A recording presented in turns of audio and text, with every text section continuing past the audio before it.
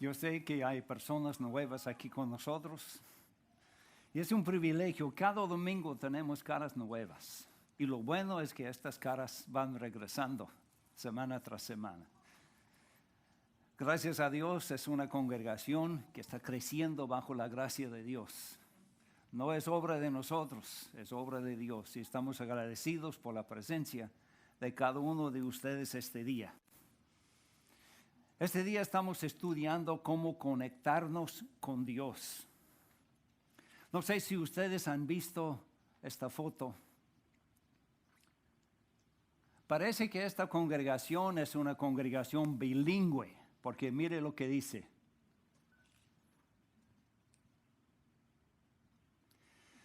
Si Dios te parece distante, adivina quién se mudó.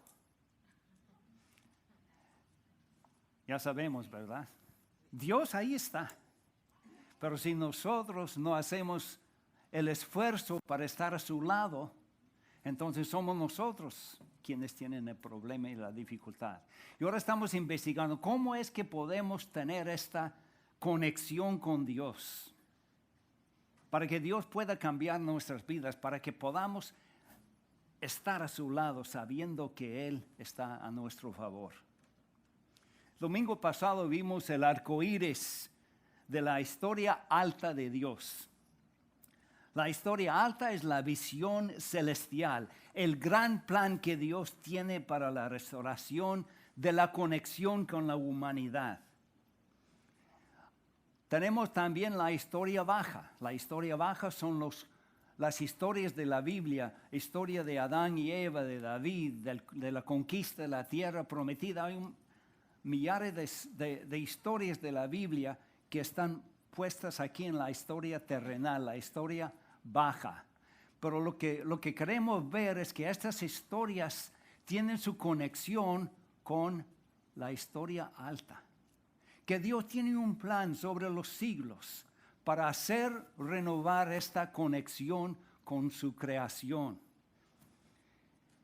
Y esta mañana vamos a estudiar 3 reyes que nos enseñan cómo establecer esta conexión con Dios. ¿Cómo podemos tomar 3 pasos para establecer una conexión firme con nuestro Dios? Primero tenemos que recordar las historias, las 1000 maneras en que Dios había rescatado a su pueblo.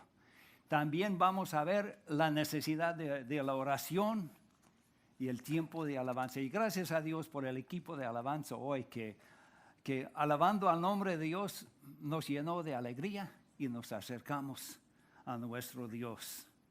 Pero para estudiar estos 3 reyes tenemos que ponerlos en su orden cronológico y queremos repasar un poco de lo que vimos la semana pasada. Aquí está la gran lista de todo lo que aconteció, empezando con la creación, el diluvio, los hijos de Abraham, los hijos de Jacob.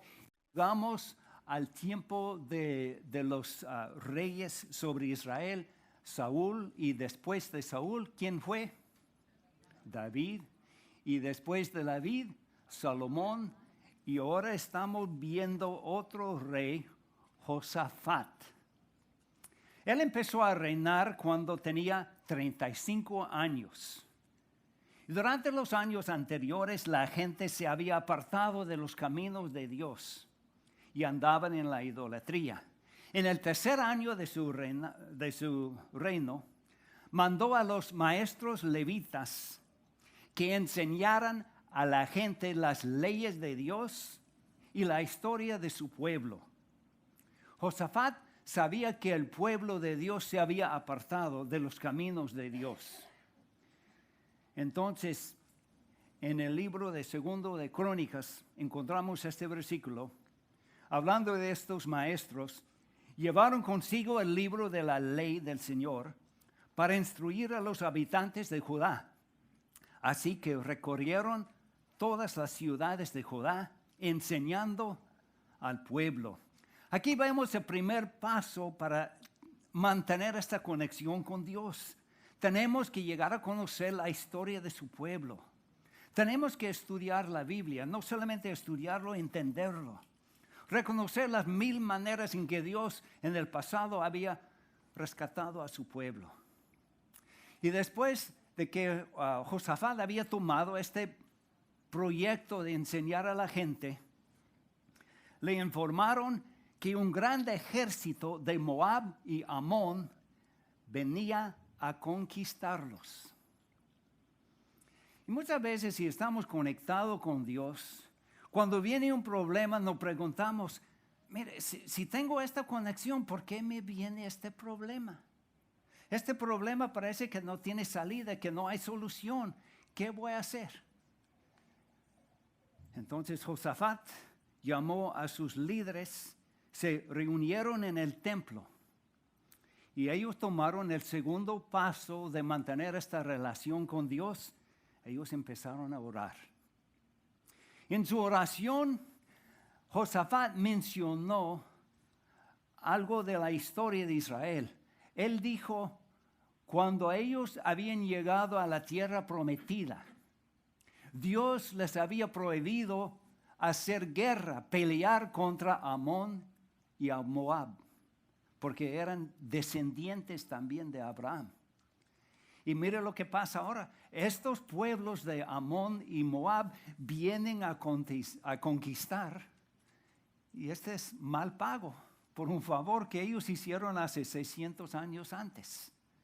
Entonces, ¿qué van a hacer? Se reunían y durante la oración, más evidencia de que Josafat sabía la historia de su pueblo. Quisiera enfatizar hoy que estas historias del Antiguo Testamento no son exclusivamente historias de los judíos. Nosotros somos descendientes de Abraham también. Estas historias son nuestras historias.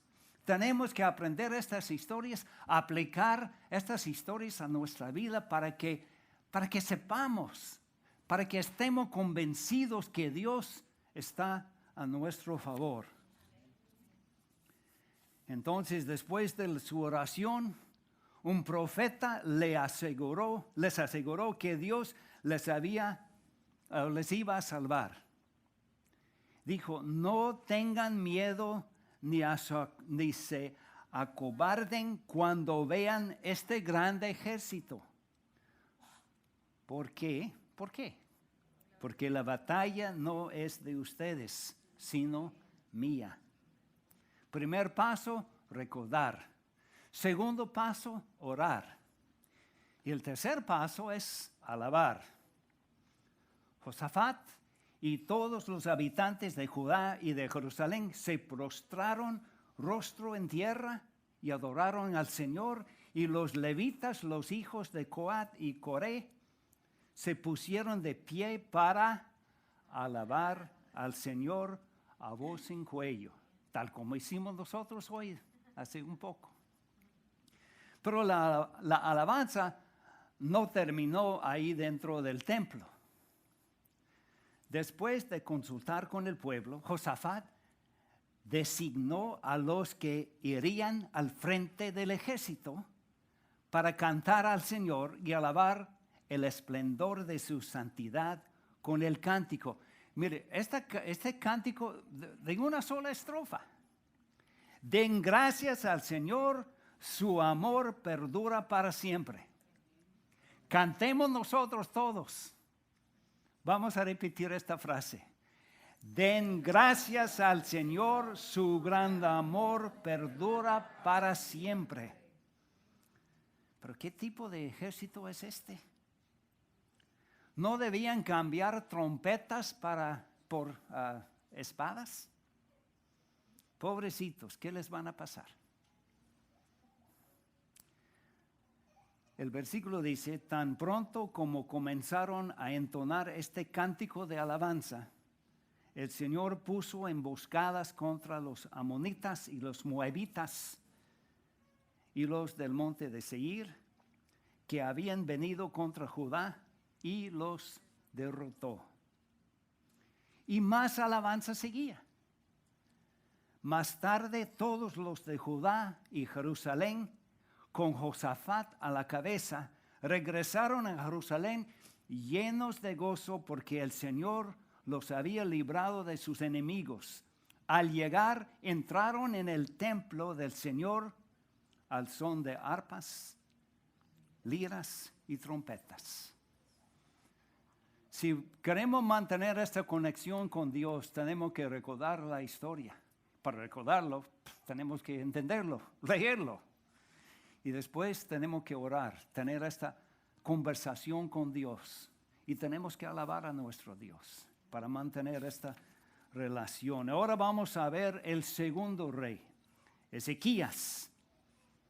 Corramos 150 años hacia el futuro y llegamos al año 715 a.C., el primer año del reinado de Ezequías.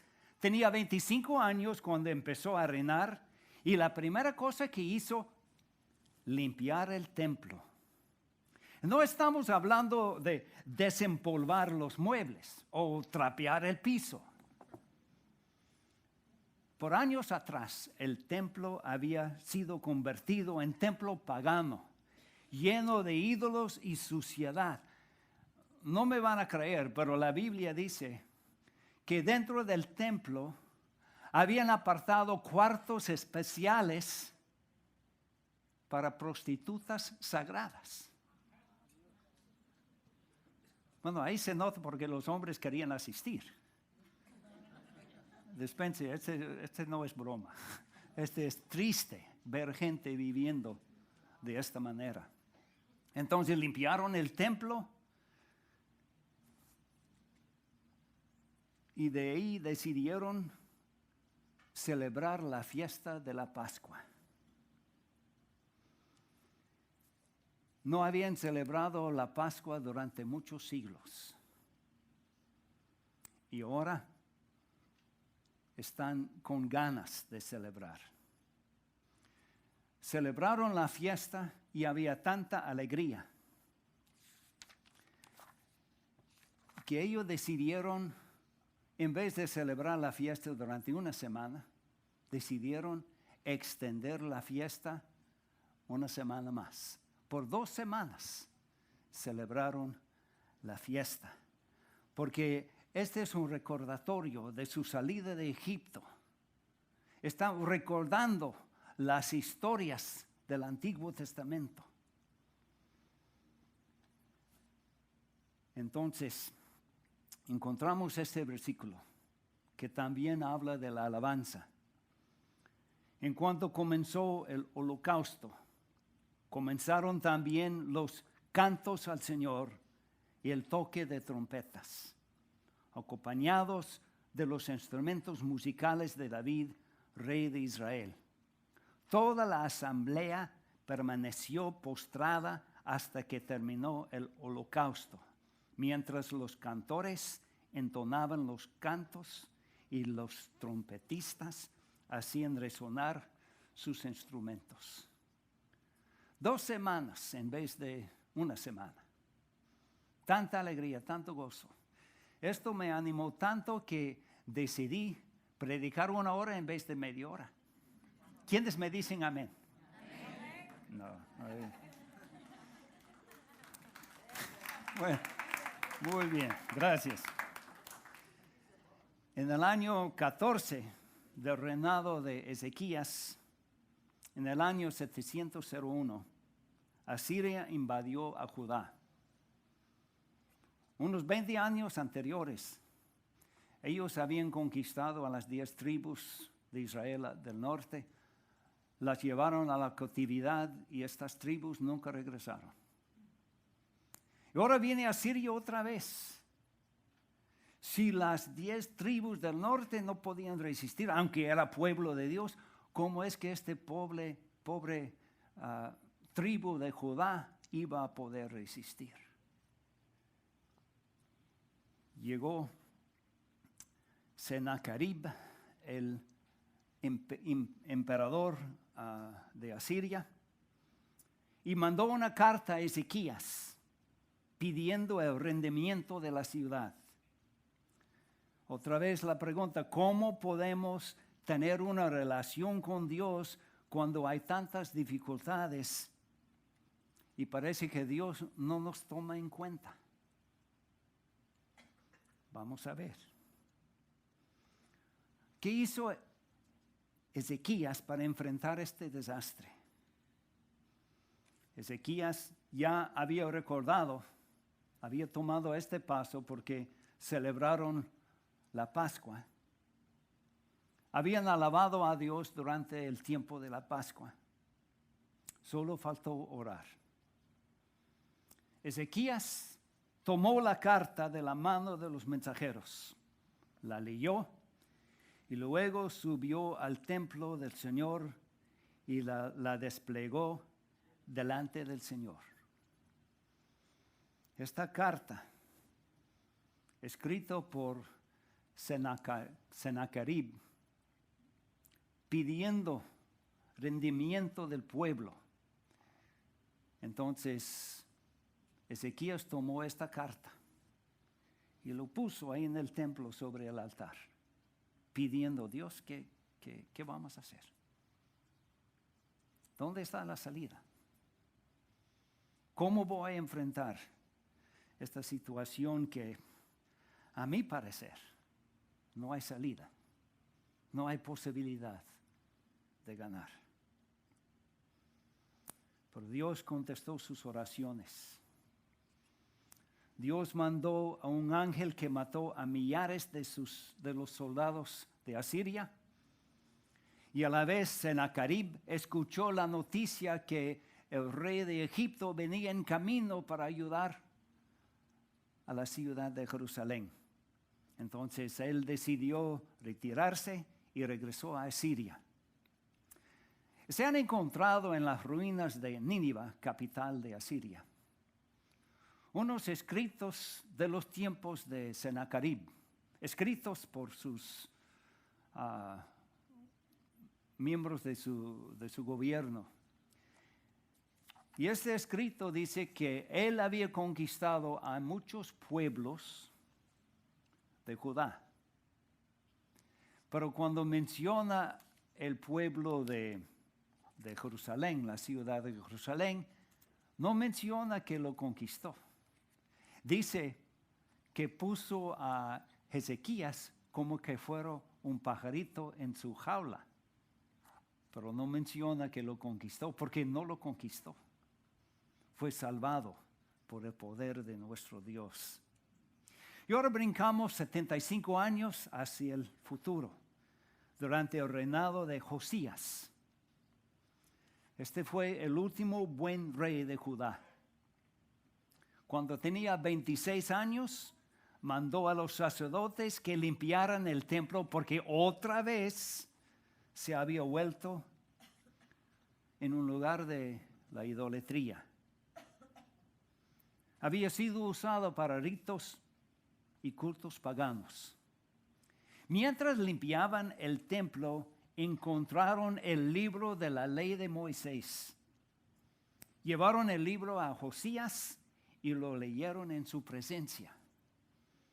Al escuchar las leyes que Dios había entregado a Moisés, todos se asustaron porque ellos no habían cumplido ni con la mínima cantidad de lo que Dios les había mandado.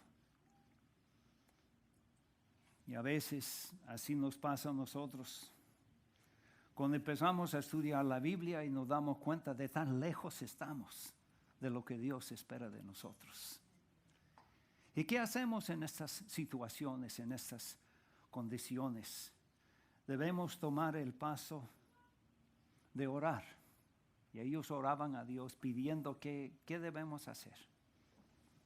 Consultaron con una profetisa y ella les entregó este mensaje de parte de Dios.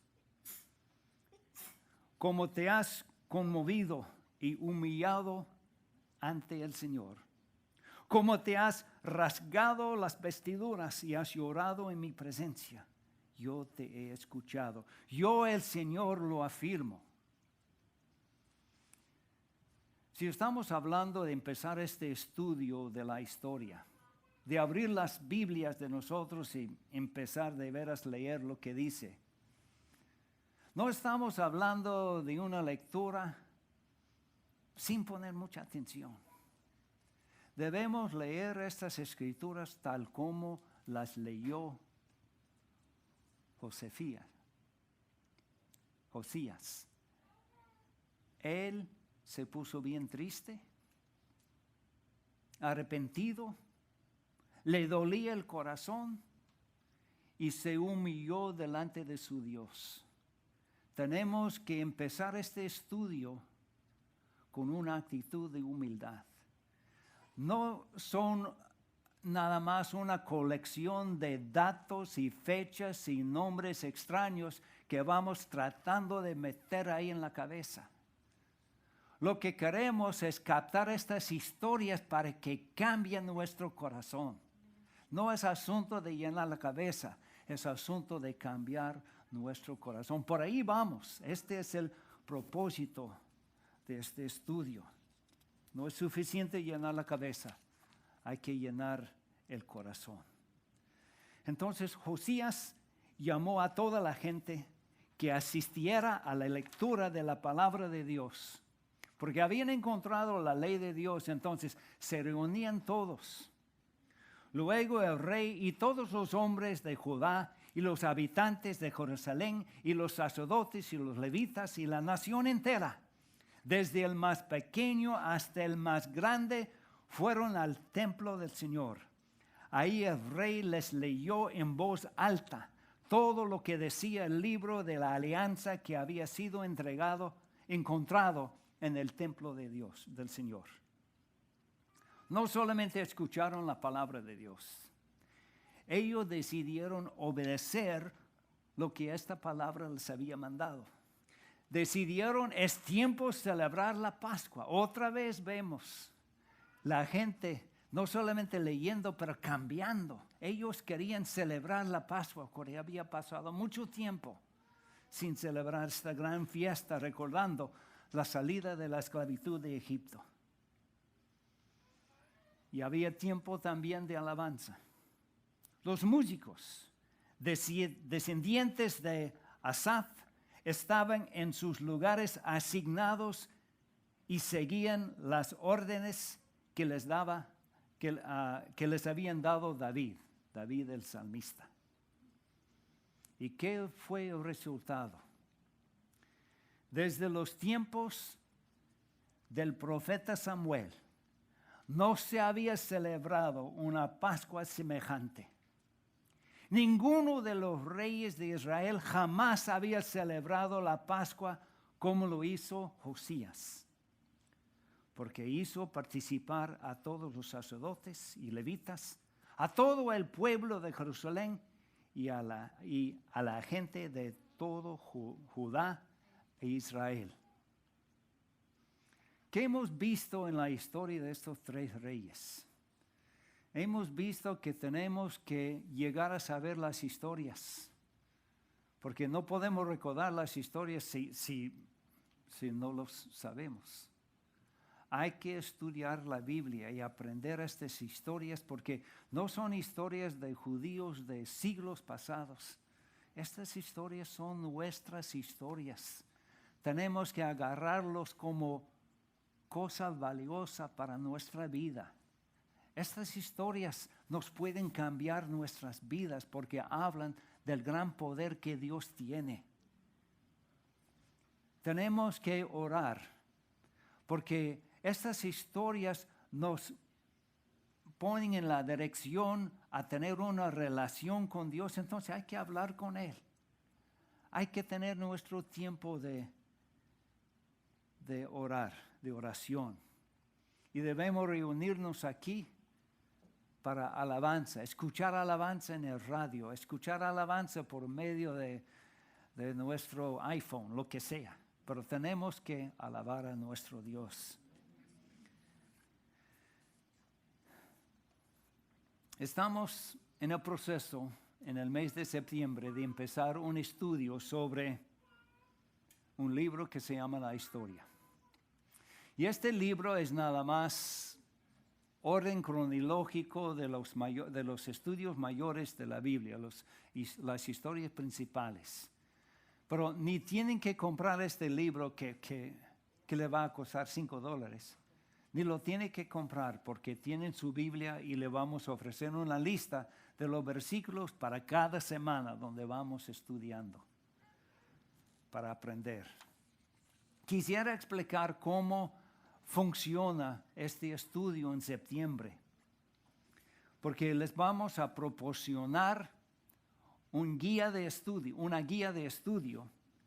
Y primero hay una sección de estudio personal. Queremos que cada persona estudie la Biblia por sí mismo, individualmente, personalmente, cada uno de ustedes abriendo su propia Biblia o el libro, la historia, leyendo estas historias para poder entender lo que la Biblia nos enseña. No tienen que depender de su pastorcito. Les voy a poner un ejemplo. ¿Qué tal si les invito a comer en mi casa? Y ahí, ¿verdad? Buena idea. Es buena cocinera. ¿Dónde está? Ahí está. Buena cocinera es. Ahora, pero ahí en la mesa está el plato lleno de enchiladas bien hechas. Pero para hacerles un favor les digo, no, mejor yo les voy a masticar la comida un poquito primero yo. Y después les ofrezco a ustedes. Qué ilustración más cochino.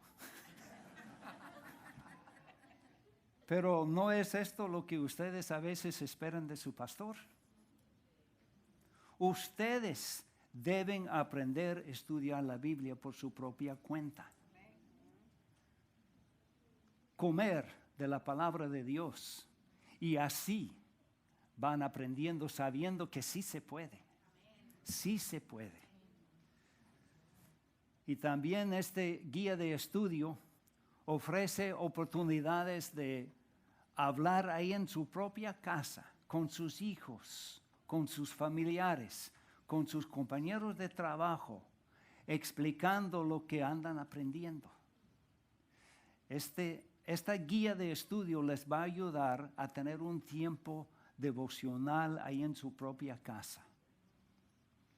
Los papás pueden llegar a ser lo que la Biblia requiere de ellos, que ellos son los sacerdotes de su familia.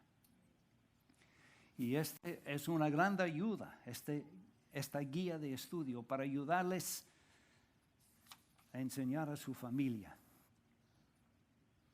Y después hay una sección en la guía de estudio que habla de los grupos de estudio. Muchas veces la Biblia es un poco difícil de entender.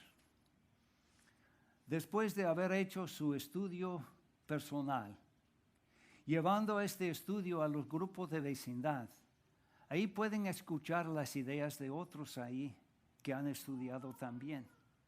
Y si tienes preguntas, puedes preguntar al facilitador de la discusión ahí, de la práctica del grupo. Y así todos nosotros vamos aprendiendo, acercándonos más y más a Dios y acercándonos más y más los unos a los otros. Y después la guía le da un espacio donde pueden tomar notas sobre el sermón. Entonces, así es la manera en que va a funcionar. Al llegar aquí un domingo, dentro del boletín hay guía de estudio para la semana que viene. Durante la semana tienen oportunidad de hacer su propio estudio personal. El viernes, al llegar a su grupo de vecindad, ahí pueden practicar más profundamente de lo que han aprendido. Y el domingo, llegando aquí al servicio, ahí está el sermón, pero ustedes ya vienen preparados.